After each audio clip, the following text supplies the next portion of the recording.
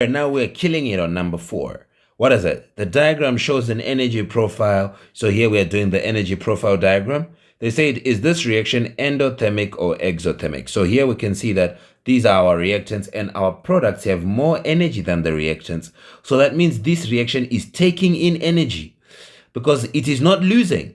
The products and have more energy than where we started. So that means definitely we took some energy. So it's going to be endothermic, okay? It's taking in energy. This reaction is endothermic.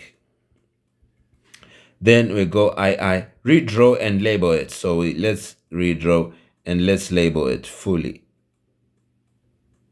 So here are the things, okay?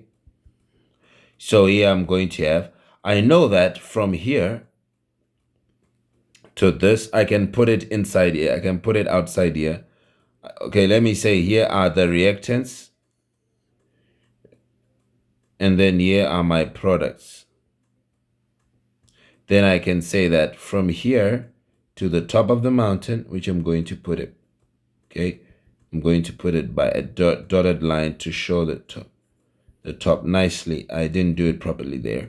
We need a nice dotted line to show the top.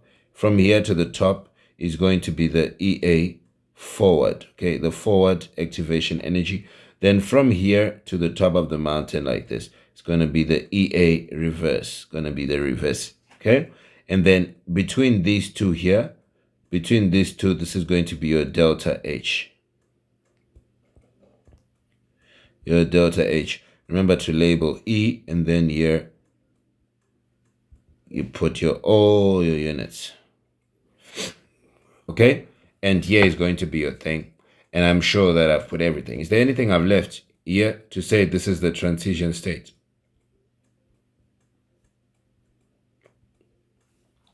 So, okay, that's it. Okay? All right. I think I've put everything. Now let's go for the next question. Uranium, part B, it's saying uranium decays to form this with a half-life of this. They've given us the half-life. How many years will it take for 7? Oh, this is going to be very easy for us. ln A over A naught, okay? This is going to be equal to negative 0.693 over T half times T, okay? So this is going to be so easy.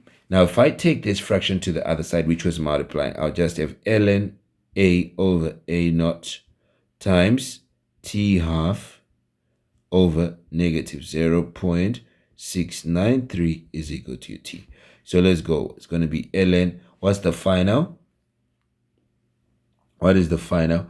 Remember, it will take for 75 to decay. So 75 is decaying. What are we going to be left with? 25. So we'll be left with 25 of the initial. Okay, it's 0.25. 0.25 of the initial. Because 75 is gone. And we say divided by the initial. Then it's going to be times T half.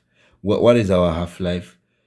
4.5 times 10 to the 9. So 4.5 times 10 to the 9. Yes. Okay. Divided by negative 0.693. It's going to be T. A naught and A naught go. We have ln of 0.25.